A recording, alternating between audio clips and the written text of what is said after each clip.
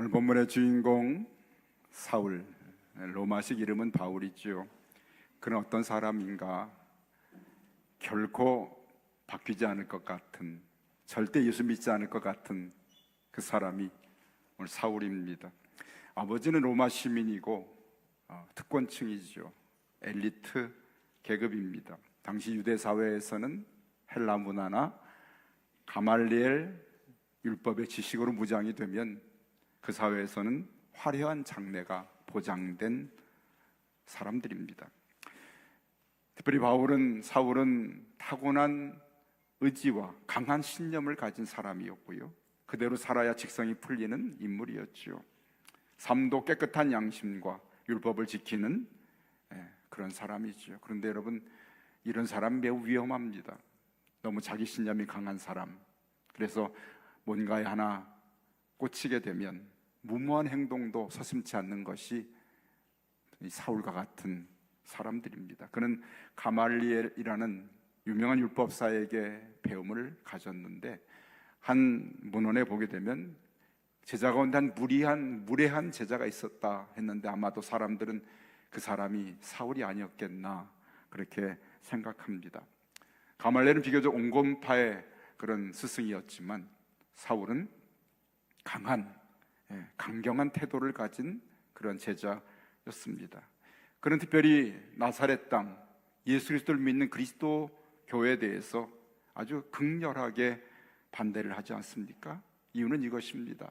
율법에 보면은 나무에 달린 자는 저주를 받은 자인데, 어떻게 너희는 저주를 받은 나무에 달린 자를 구원자, 메시아라고 믿느냐 하는 것에 대해서 그는 도무지 받아들일 수 없었고, 자신들이 중요하게 여겼던 성전과 율법에 대해서도 전혀 새로운 이야기를 주장하게 됩니다. 이 주장을 받아들이면 지금까지 조상 때부터 믿어왔던 유대교가 쓸모없는 것으로 되고 마는 그런 주장이었습니다. 그런데 중요한 것은 예루살렘에서 이 나사렛 땅이 점점 더 세력을 확장해 나가고 있다는 사실입니다. 그래서 바로 예수 믿는 복음이 확장되고 교회가 확장되는 성장에 대해서 그는 매우 위협을 느끼게 됩니다. 그래서 마침내 스데반을 처형하게 되고요, 그래서 이로 지지를 받아서 교회를, 나사렛 땅을 없앨 수 있는 그런 기회로 삼게 됩니다. 그렇죠? 이 박해로 인하여서 지난주에 말씀드렸지만 예루살렘 성도들이 유대로 사마리아로 흩어지게 됩니다. 그런데 오늘 이 사울은 흩어진 그 그리스도인들을 붙들고 이를 끝까지 막아내고 철저하게 망하게 만드는 것이 바로 자신의 사명으로 여기고, 도무지 용납할 수 없는 그들을 붙들기 위해서 지금 다메섹이라는 240km 정도 떨어진 서울에 전주되는 그러한 길을 지금 가고 있습니다. 그의 마음은 어땠을까요? 이미 자신의 신념과 자신의 열성과 그리고 어떤 분노, 이런 것들로 가득 찬 그러한 마음으로 다메섹 그 먼 길을 5일 내지 6일 걸리는 길을 지금 가고 있다는 사실입니다. 지금 가고 있는 바울의 모습을 9장 1절은 이렇게 표현하고 있죠. 지난주에 봤습니다. 사울이 주의 제자들에 대하여 여전히 위협과 살기가 등등하여라고 표현하고 있습니다. 그의 마음속에 지금 그리스도인들을 만나게 되면 당장이라도 그들을 해칠 것 같은 그 등등한, 즉 살아있어서 막 움직이는, 숨을 내쉬고 들이마실 때마다 그의 호흡 속에조차 살기가 들어있는 그런 마음을 가지고 지금 다메섹 그 길을 일행들과 함께 달려가고 있는 오늘 사울의 모습을 우리가 1절에서 함께 느끼게 됩니다. 그는 얼마나 강한 신념과 철학과 집념과 열정을 가진 반대자였는지요. 그렇죠? 우리 주변에도 그런 사람 볼 수 있잖아요. 저 사람 절대로, 다 믿어도 저 사람은 믿지 않을 것 같다. 그렇죠? 천하 없어 저 사람은 절대 예수 믿지 않을 것 같다. 그렇게 보이는, 비교할 수 없는 그러한 사울의 강한 모습을 우리가 오늘 9장 1절에서 그를 보게 되는데, 그의 강한 반대자의 모습은 오늘 이 자리에서 마지막입니다.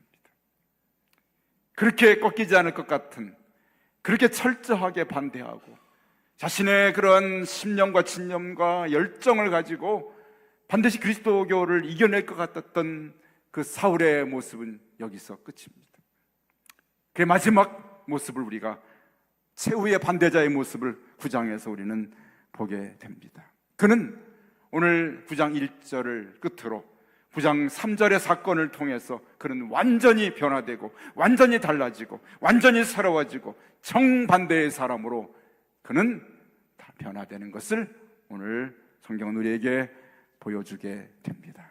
그것은 무엇이었을까요? 바로 예수 그리스도, 그분을 만남으로 일어난 엄청난 사건인 줄로 믿습니다. 아멘. 3절 말씀 여러분 보시기 바랍니다. 바울이 이 사건으로 그가 깨어집니다. 부서집니다. 돌 같은 마음이 깨어지고 쇠 같은 바울의 강함이 오늘 완전히 녹아지는 3절의 말씀을 봅니다. 사울이 길을 가다가 다메섹에 가까이 이르렀다. 여러분, 사울이 지금 어떻게 가고 있을까요? 말을 타고 갈까요? 낙타를 타고 갈까요? 걸어서 갈까요? 여러분 스스로 한번 대답을 해보시고, 맞추신 분은 오늘 정신 잡수실 때 고기를 조금 더 잡수셔도 되겠습니다. 과연 말을 탔을까요? 낙타를 탔을까요? 걸어갔을까요? 당시에 로마 시대에는 말을 타는 것이 주로 로마 사람들의 그러한 관습이었습니다. 그런데 유대인들은 로마인들을 매우 경멸했기 때문에 절대로 말을 타지 않습니다. 사울과 그 일행은 아마 걸어서 간 것으로 그렇게 학자들이 연구하고 있습니다.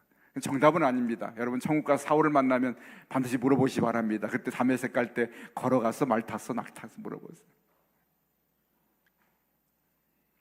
중요한 사건은 여기에 있지 않습니다. 그 다음 사건이죠. 자, 말을 타고 가는데 여러분, 가까이 다메섹에 이르렀을 때 호련히 갑자기 느닷없이 하늘로부터 빛이 그를 둘러 비쳤다고 합니다. 이 사울이란 이 한 분노에 찬 사람을 하늘에서 빛이 내려서 그를 둘러가지고 비추게 됐다고 말합니다. 그렇죠? 과연 어떤 빛이었을까요? 그런데 사울은 오늘 9장에서 사건을 22장이 아니라 26장에서 간증할 때 이렇게 간증합니다. 하늘로부터 해보다 더 밝은 빛이 자신을 둘러 비쳤다고 그렇게 말합니다. 해보다 더 밝은 빛이라고 말합니다. 여러분, 해보다 밝은 빛이 있을까요? 그렇죠? 원래 특별히 여러분 많이 뜨거웠잖아요. 그렇죠? 우리가 35도 6도를 아마 경험하기는 쉽지 않았는데 올해 우리나라에 35도 6도의 햇볕이 매우 강하게 내려졌습니다. 대낮에는 해보다 강한 빛이 무엇이 있을까요? 그렇죠? 밤에는 우리가 조그만 불빛에도 그 빛이 참 밝은데, 그렇죠? 이렇게 밤에 운전을 하다 보면은 라이트를 비치면 얼마나 밝습니까? 거기에다 높이 비치는 상향등을 비치면 상대에서 오는 사람이 아주 싫어합니다. 그 빛이 너무나 밝기 때문에. 그런데 그 아무리 밝은 상향등을 낮에 켜도 그것은 아무런 소용이 없습니다. 왜요? 햇볕이 그렇게 강하기 때문입니다. 근데 오늘 사울이 걸어갔던 다메섹 길이나 팔레스틴 지역은 사막 지역이잖아요. 그렇죠? 그것도 시간이 정오라고 말하고 있어요. 가장 빛이 강한 시간입니다.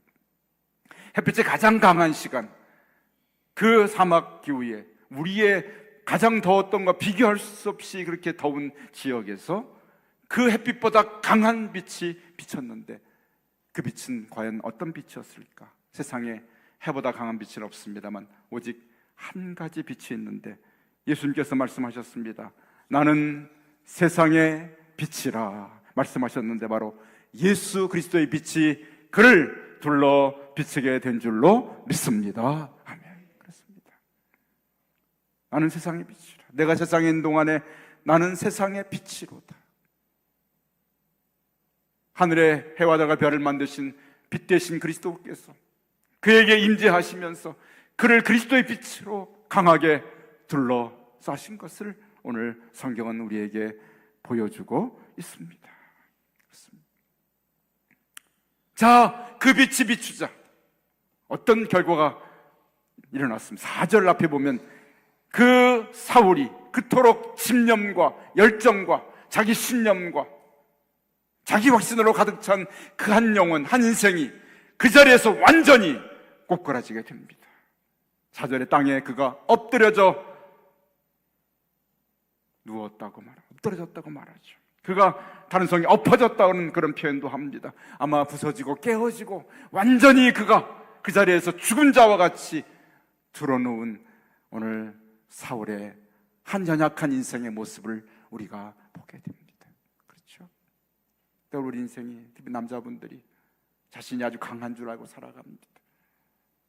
젊었을 때, 그렇죠? 하나님을 믿으니 주먹을 믿으라. 근육을 보여주면서 알통을. 그런데요, 우리 인생이 얼마나 연약한 존재입니까? 조그만 질병에 병원에 한번 이틀만 입원해 보십시오. 다 누워서 아이고 죽네. 연약한 인생이 하나님 앞에서 우리가 얼마나 연약한 인생인지 알지 못하고, 사울이라는 존재가 얼마나 약한 존재인지 그때는 몰랐습니다. 그때까지 몰랐던 것이 자신이 대단한 존재로 알았습니다. 자신이 괜찮은 자신의 신념대로 살 수 있을 줄 알았습니다. 자신의 의지대로 될 줄 알았습니다. 그런데 예수 그리스도 그분을 만나자마자 그분 앞에 바로 그는 엎드러지고 꼬꾸라지고 낮아지고 부서진 한 망가져버린 연약한 인생의 모습을 우리가 발견하게 됩니다. 그렇습니다. 구약 성경에도 그렇죠. 하나님의 음성을 듣고 환상을 보았을 때 그 거룩함 앞에 선 연약한 죄인들이 죽은 자처럼 엎드러집니다. 저도 여러분 마찬가지예요. 하나님의 거룩함이 우리에게 임재하면요, 우리의 죄악됨을 감출 수 없기 때문에 하나님의 거룩함 앞에 우리의 죄악된 자들이 죽은 자처럼 엎드러지게 됩니다. 엎드려집니다. 누가 하나님의 거룩함 앞에 강하다고 말할 수 있을까요? 바로 사울의 모습입니다. 벼락이라도 맞은 사람처럼 하나님 그리스도의 초자연적인 임재 앞에 그는 두려움으로 그만 넘어지고 자빠진 바로 사울의 모습을 보게 됩니다.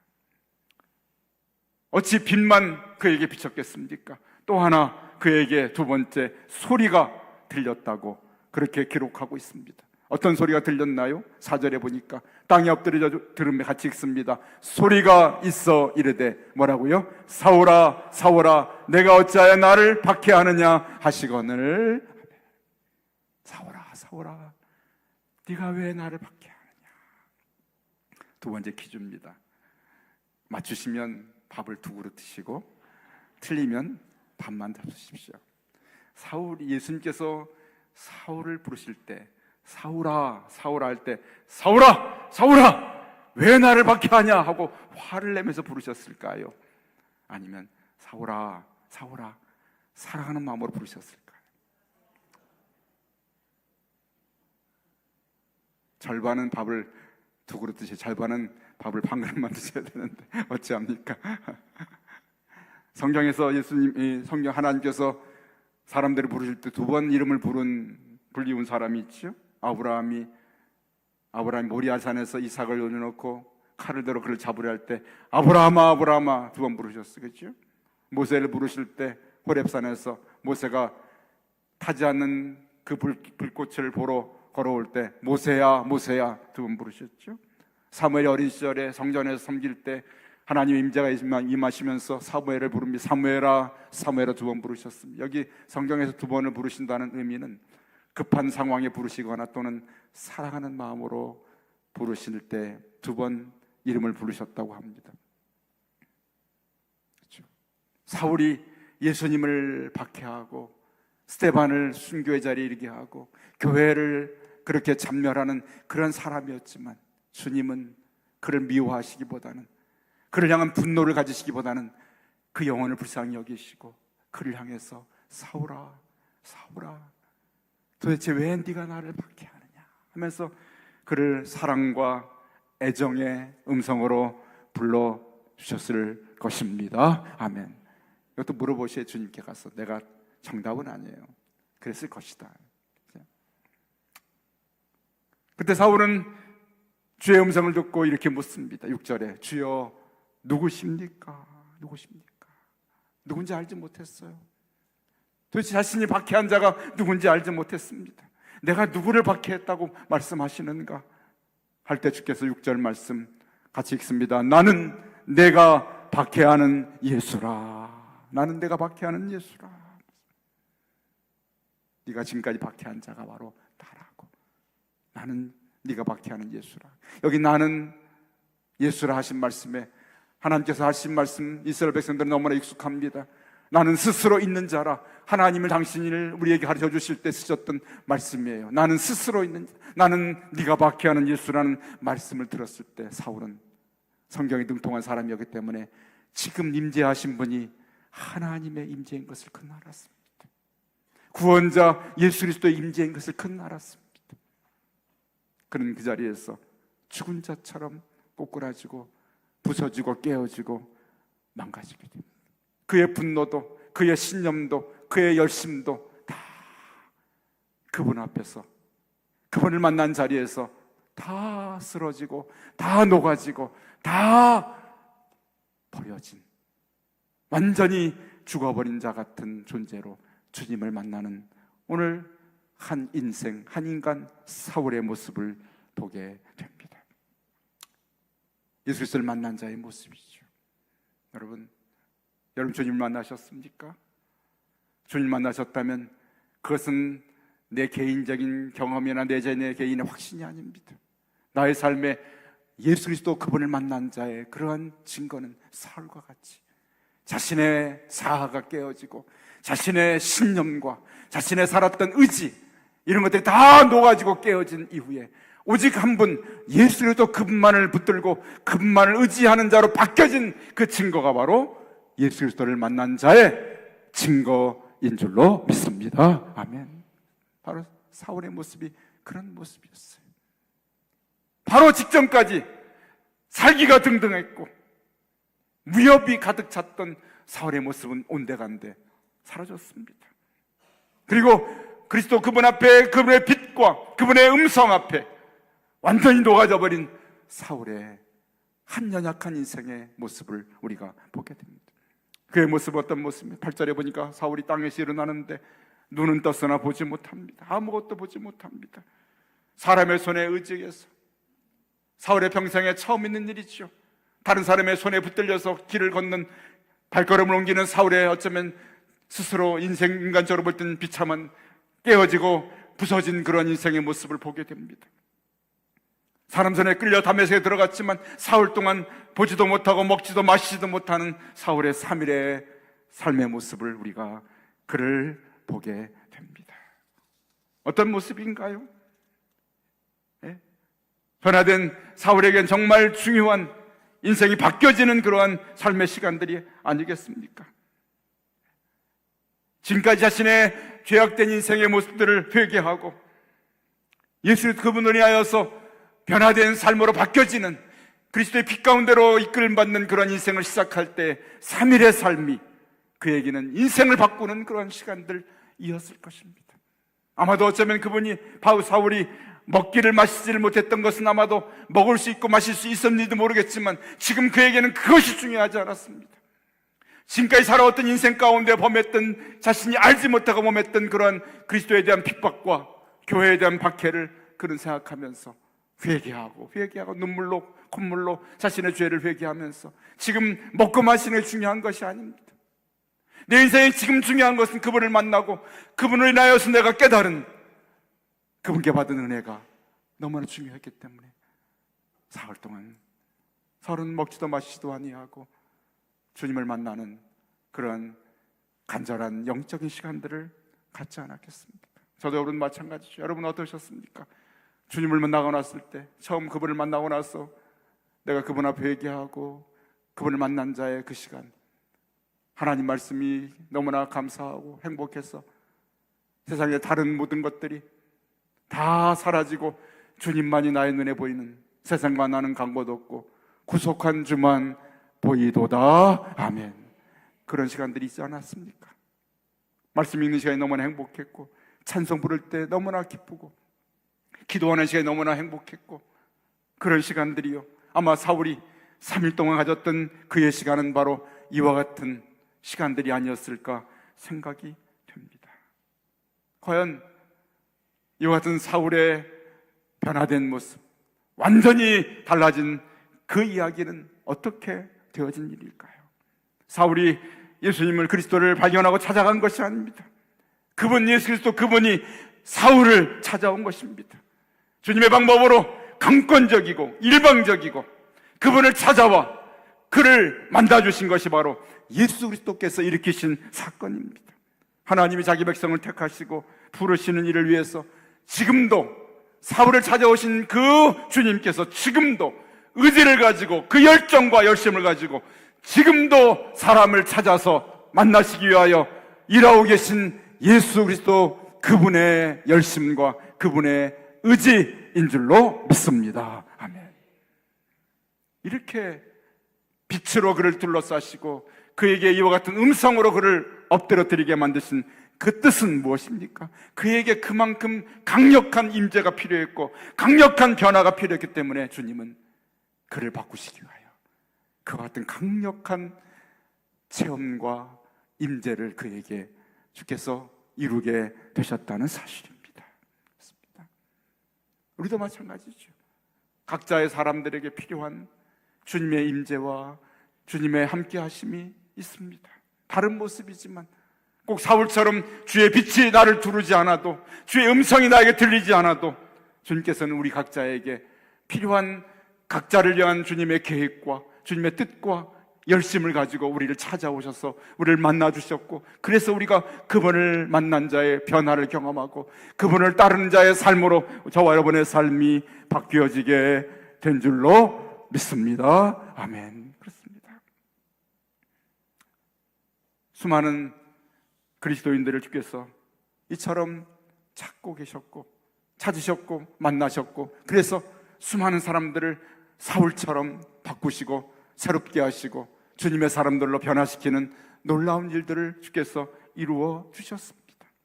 이렇게 하신 주님의 사울을 방문하시고 그를 만나시고 그를 바꾸신 이 일은 우연히 일어나는 일이 절대로 아닙니다.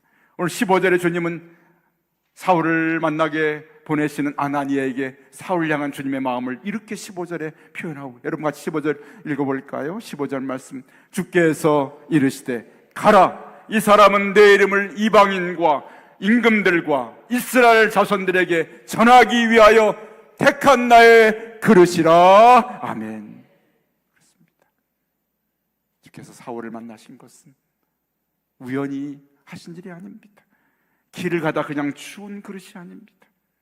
손을 뻗쳐서 우연하게 손에 잡힌 그릇이 아니라고 말씀하십니다. 너는 이방인과 임금들과 이스라엘 자손들에게 내 이름을 전하게 하기 위하여서 내가 택한 나의 그릇이라고 주님은 사울에게 당신의 마음을 말씀하십니다.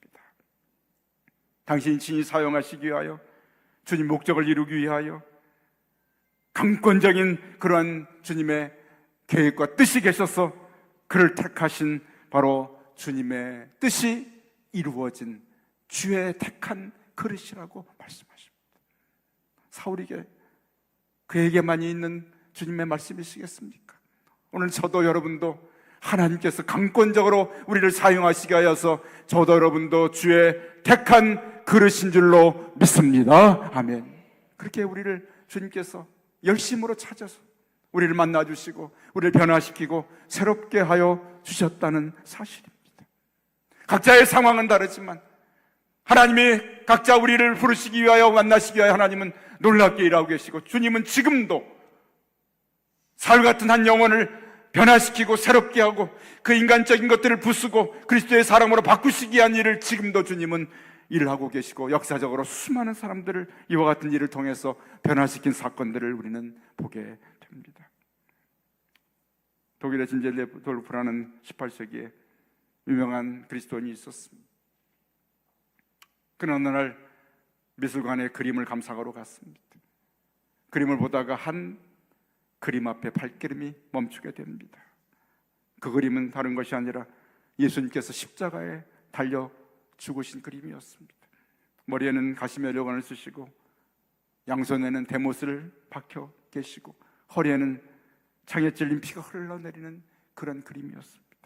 그런데 놀랍게도 진제노르프가 그 앞에 서서 그림을 보는 순간에 예수님의 그 그림에서, 옆구리에서 피가 흘러나옵니다.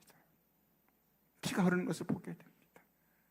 다시 눈을 닫고 다시 봐도, 다시 또 보고 또 봐도 그 그림에서 주님의 피가 옆구리에서 흘러나오는 그 그림, 그 피를 그는 계속해서 보게 됩니다.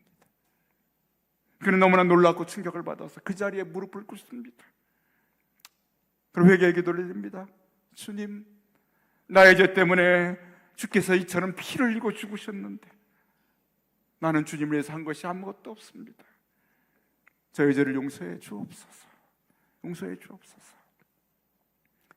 지금까지 자신만을 위해 살아왔던 진제노르프는 그날 그 자리에서 주님을 경험하고 나서 그의 삶이 완전히 바뀌어지게 됩니다.